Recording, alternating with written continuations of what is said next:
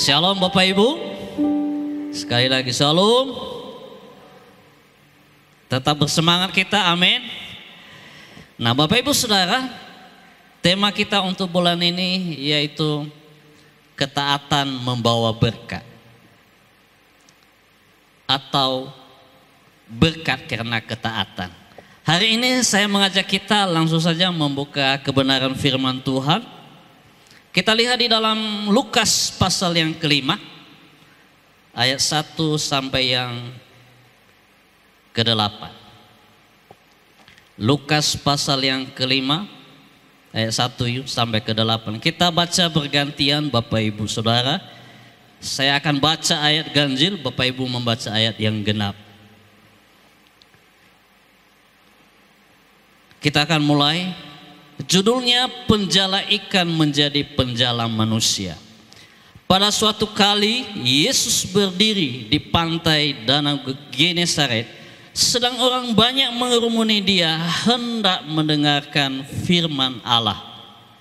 2. Ia naik ke dalam salah satu perahu, yaitu perahu Simon, dan menyuruh dia supaya menolakkan perahunya sedikit jauh dari pantai. Lalu ia duduk dan mengajar orang banyak dari atas perahu.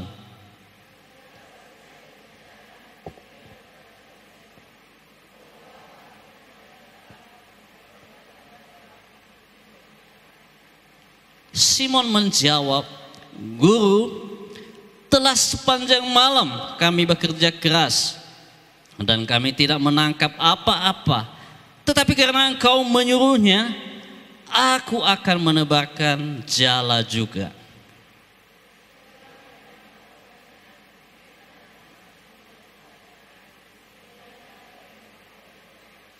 Lalu mereka memberi isyarat kepada teman-temannya di perahu yang lain supaya mereka datang membantunya. Dan mereka itu datang. Lalu mereka bersama-sama mengisi kedua perahu itu dengan ikan hingga hampir tenggelam.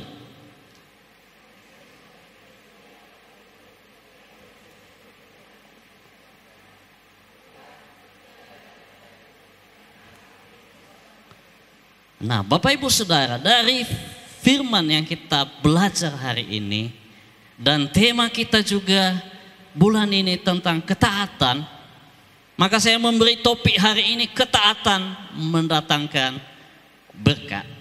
Kalau kita belajar tentang ketaatan, kita harus tahu dulu ketaatan itu apa. Ketaatan itu di dalam bahasa Yunani yaitu hupakowo.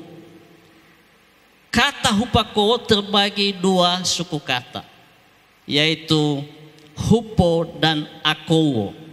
Hupo artinya di bawah, lalu akowo mendengarkan. Berarti ketaatan itu tunduk untuk mendengarkan. Katakan amin. Artinya kita belajar ke bawah, tidak mementingkan ego kita, tidak merasa diri kita paling benar. Sering sekali kita taat karena menyenangkan. Kalau orang muda suka bawa sepeda motor, ketika dia disuruh, "Nak, tolong beli dulu ini," dia langsung bilang, "Iya Pak." Kenapa? Karena dia senang bawa sepeda motor. Lalu ketika dia disuruh, "Nak, pergi ke sini," tapi dia sedang main game, pasti dia akan berkata, "Tunggu dulu." Nah artinya ketaatan itu bukan karena dia memiliki sikap hati yang tunduk, tapi karena motivasi yang lain. Dan hari ini kita akan belajar, kita lihat di ayat ini sudah sering kita dengar. Dan saya mau membagikannya bagi kita lagi tentang kisah Yesus Ketika Yesus ada di dunia ini, dia mengajar banyak orang. Dan waktu itu ada begitu banyak orang, sehingga dia harus pergi naik perahu supaya orang tidak berdesak-desakan, supaya dia leluasa untuk menyampaikan firman Tuhan. Intinya di situ banyak orang yang mendengar firman Tuhan. Lalu di situ dikatakan, ia melihat dua perahu di tepi pantai. Ayat 2, nelayan-nelayannya telah turun dan sedang membasuh jalannya. Ia naik ke dalam salah satu perahu itu, yaitu perahu Simon, dan menyuruh dia supaya menolakkan perahunya sedikit jauh dari pantai. Lalu ia duduk dan mengajar orang banyak dari atas perahu. Nah, di sini kita melihat bagaimana respon sikap dari Petrus.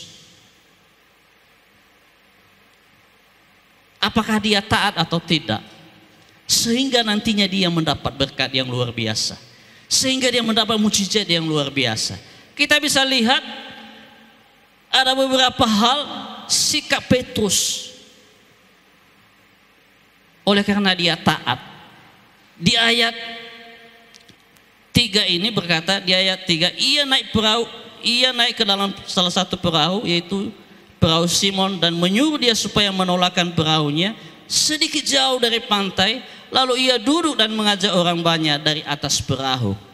Di sini kita bisa melihat Petrus sebenarnya dia sudah membersihkan jalannya.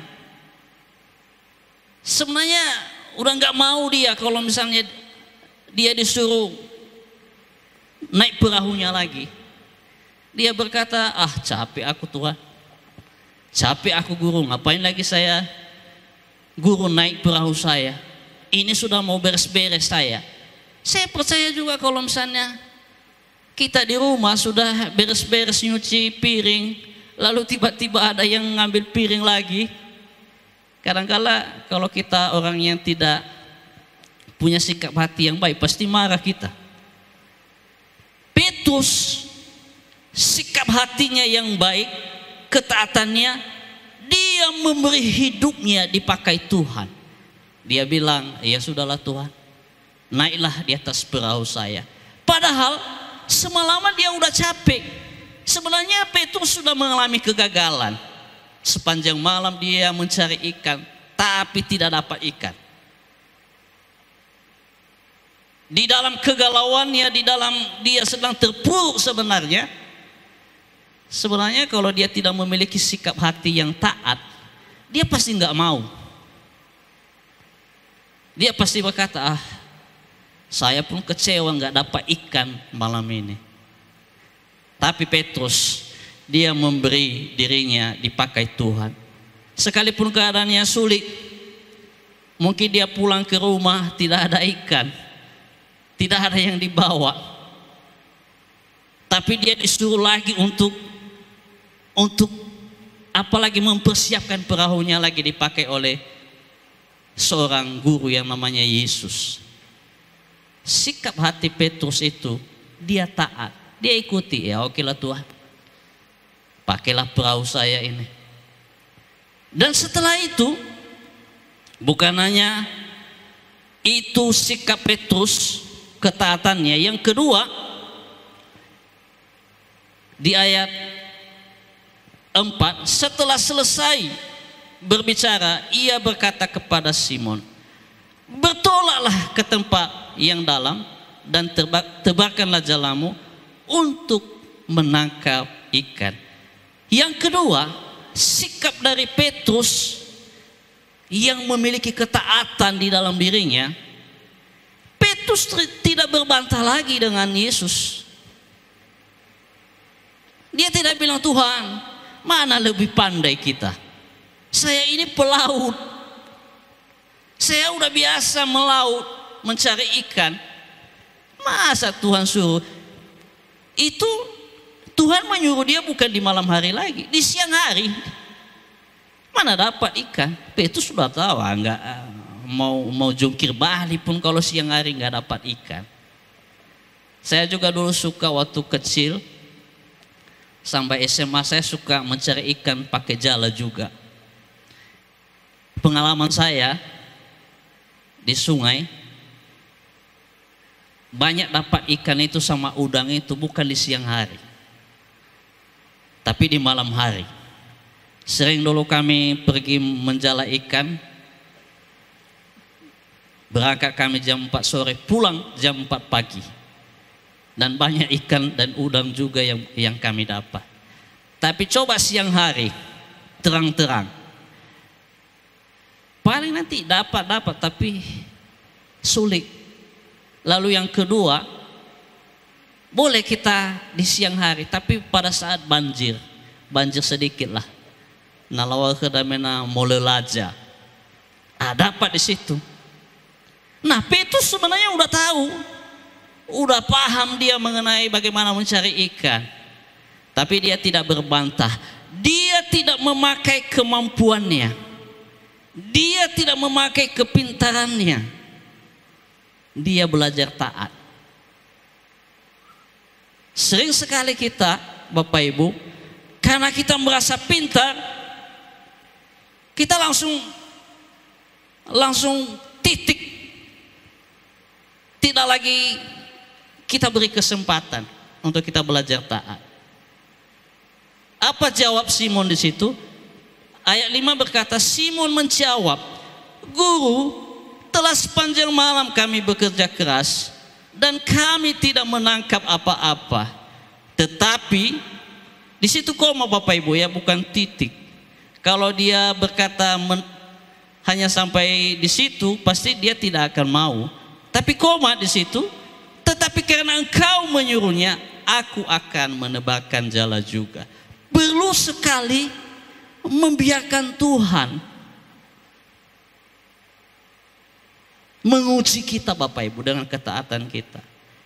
Kita belajar untuk merendahkan hati kita. Iya Tuhan, saya mau belajar. Ketika kita dihina, ketika kita diejek, jangan langsung kita membalas.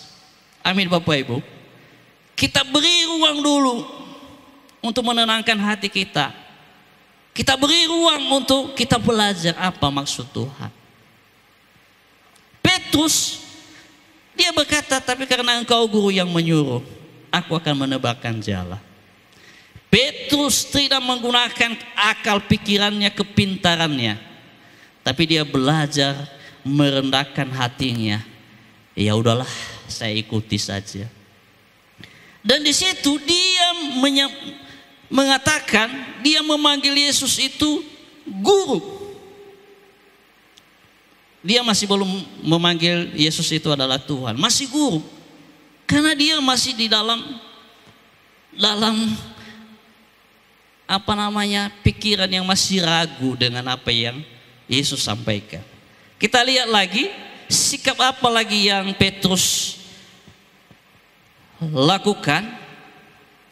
Di ayat 6 berkata, dan setelah mereka melakukannya, mereka menangkap sejumlah besar ikan sehingga jala mereka mulai koyak. Lalu mereka memberi isyarat kepada teman-temannya di perahu yang lain supaya mereka datang membantunya, dan mereka itu datang. Lalu mereka bersama-sama mengisi kedua perahu itu dengan ikan hingga hampir tenggelam. Nah, Bapak Ibu Saudara, sikap Petrus yang ketiga yang memiliki ketaatan, ketika mereka mendapat ikan banyak itu, dia belajar berbagi. Dia panggil kawan, kawan, begitu banyak sekali ikan ini, ayo bantu. Coba kalau dia sendiri yang akan memikirkan dirinya, dia ambil sendiri, pasti ikan itu nggak akan bisa mereka angkat, dan bisa saja perahu mereka tenggelam. Jadinya sia-sia dia diberkati. Sering sekali kita sudah dapat mukjizat, sudah dapat berkat, sulit sekali kita memberi, sulit sekali kita menolong orang, karena kita lebih memikirkan diri kita. Makanya Paulus menasihati jemaat di Filipi itu supaya mereka membuang keegoisan mereka. Dan di situ dikatakan Paulus mengajar mereka untuk mereka memiliki kerendahan hati. Nanti Bapak Ibu baca di Filipi pasal 2 ayat 1 sampai 8. Nah, itu sikap Petrus yang memiliki ketaatan. Ketika dia menerima mukjizat dan berkat, ia berbagi dengan orang lain, sehingga berkat itu sama-sama dinikmati, nggak hanya dirinya. Dan itu luar biasa sekali. Petrus mendapat mukjizat. Apa yang dianggapnya tidak bisa, baru dia tahu ternyata ketaatannya membuat dia mendapat berkat, mukjizat yang luar biasa. Itu yang ketiga, sikap dari Petrus yang taat kepada perintah Yesus. Yang keempat, sikap apa yang dimiliki oleh Petrus? Kita akan lihat Bapak Ibu di ayat 8 berkata, ketika Simon Petrus melihat hal itu, ia pun tersungkur di depan Yesus dan berkata, lihat Bapak Ibu Alkitabnya, dia berkata, Tuhan, pergilah daripadaku, karena aku ini seorang berdosa. Ternyata Petrus menyadari berkat yang diperolehnya itu karena taat membuat dia mengenal siapa Yesus. Tadinya dia berkata guru. Kalau guru biasa saja. Dulu pun waktu masih saya SD, itu sebutan untuk guru itu nggak pernah dipanggil namanya, tapi selalu dibilang Pak Guru. Kalau sekarang anak-anak pun ya nggak lagi nyebut-nyebut guru lagi, bisa aja langsung nama gurunya disebut. Tapi kalau dulu nama guru itu udah biasa di kampung-kampung, ijab Pak Guru. Selalu asal ketemu di mana saja, di gereja, di jalan, guru.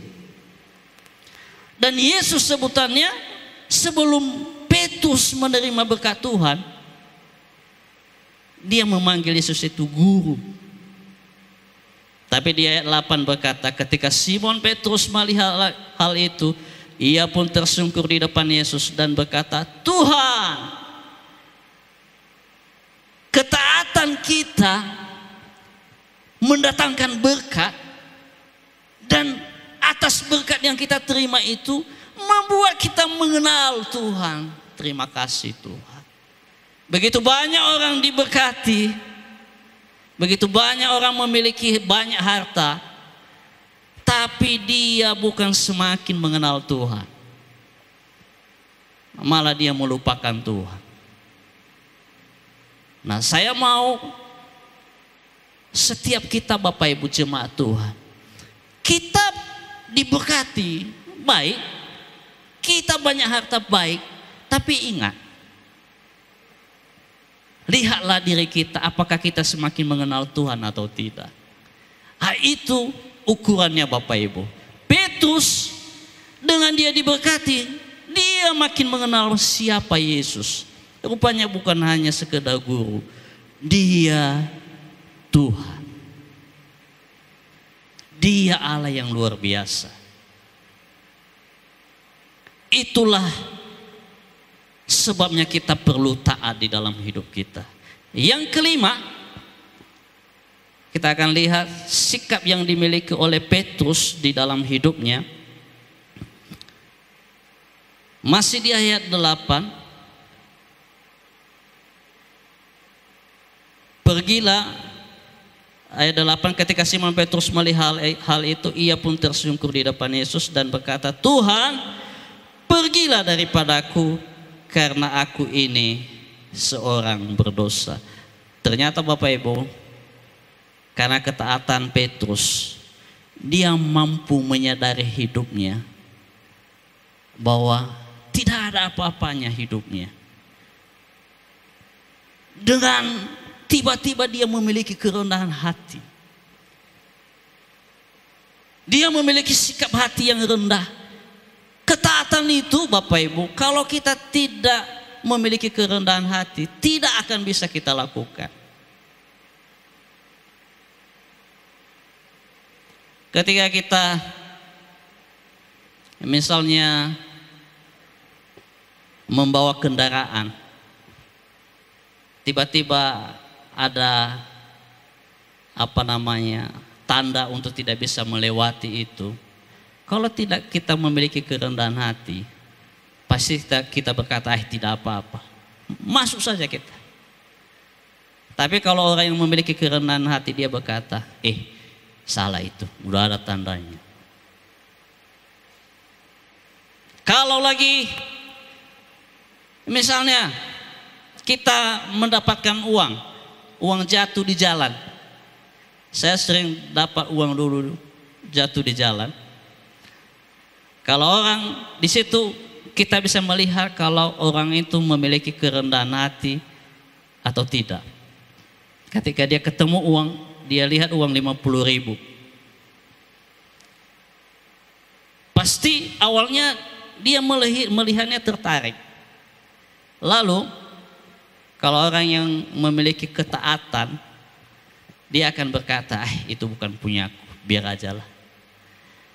Tapi kalau orang yang tidak memiliki kerendahan hati, dia tidak langsung bertanya, dia langsung ambil, tapi dia coba buat alasan-alasan atau dalih yang membuat dia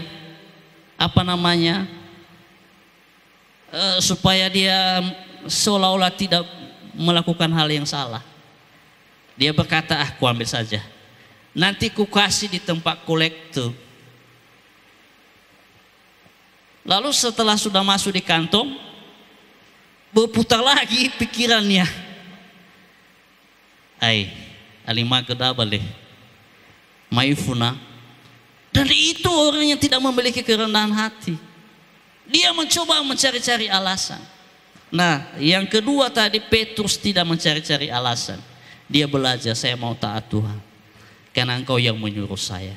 Setiap kita, kalau kita mau diberkati, kita harus belajar taat. Amin Bapak Ibu. Katakan kiri kanan, kalau engkau mau diberkati, engkau harus belajar taat. Taat itu bukan karena takut kepada siapapun, kepada atasan kita, kepada orang tua kita, atau kepada siapa, atau kepada gembala sidang. Bukan karena kita takut, tapi karena kita memiliki sikap hati yang benar, sama seperti Petrus.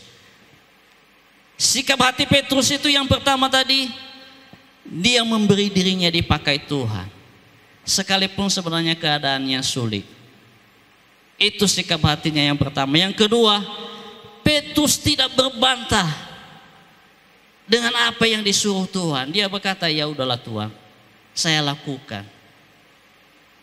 Lalu yang ketiga, Petrus menerima mujizat, menerima berkat. Dia belajar memberi, berbagi dengan orang lain. Bukan hanya dirinya sendiri, kita juga sebagai umat Tuhan.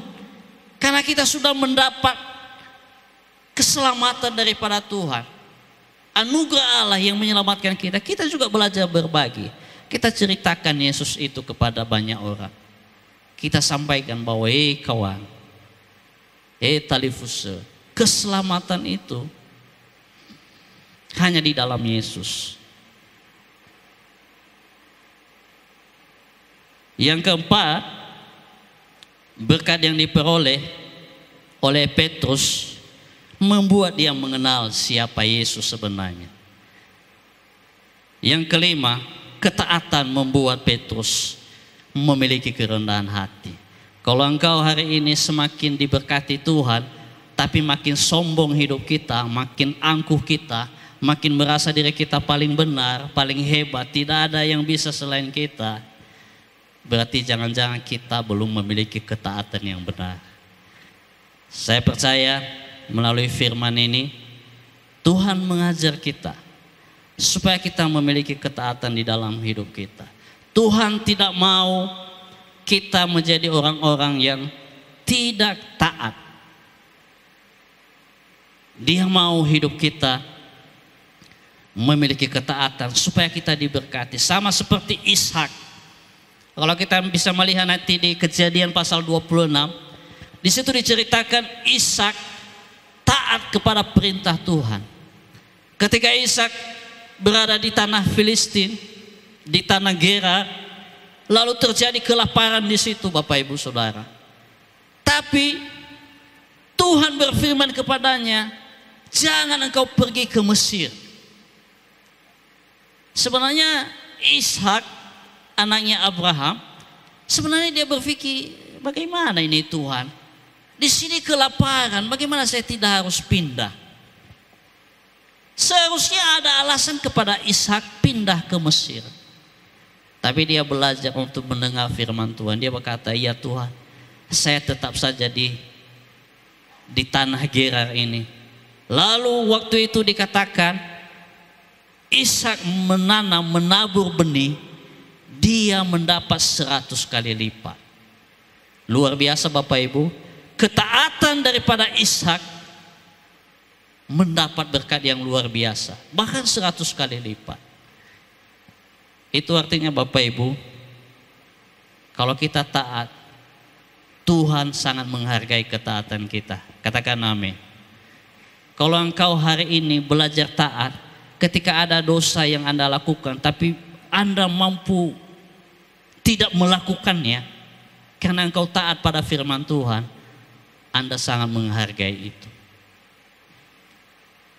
Yesus sendiri taat sampai mati di kayu salib. Dia belajar merendahkan hidupnya. Kalau tidak dia taat, kita ini pasti tidak akan selamat Bapak Ibu. Itulah sebabnya setiap kita, kalau Yesus sendiri taat, apalagi kita manusia ini, kita belajar taat di dalam hidup kita. Tuhan Yesus memberkati kita. Kita berdoa.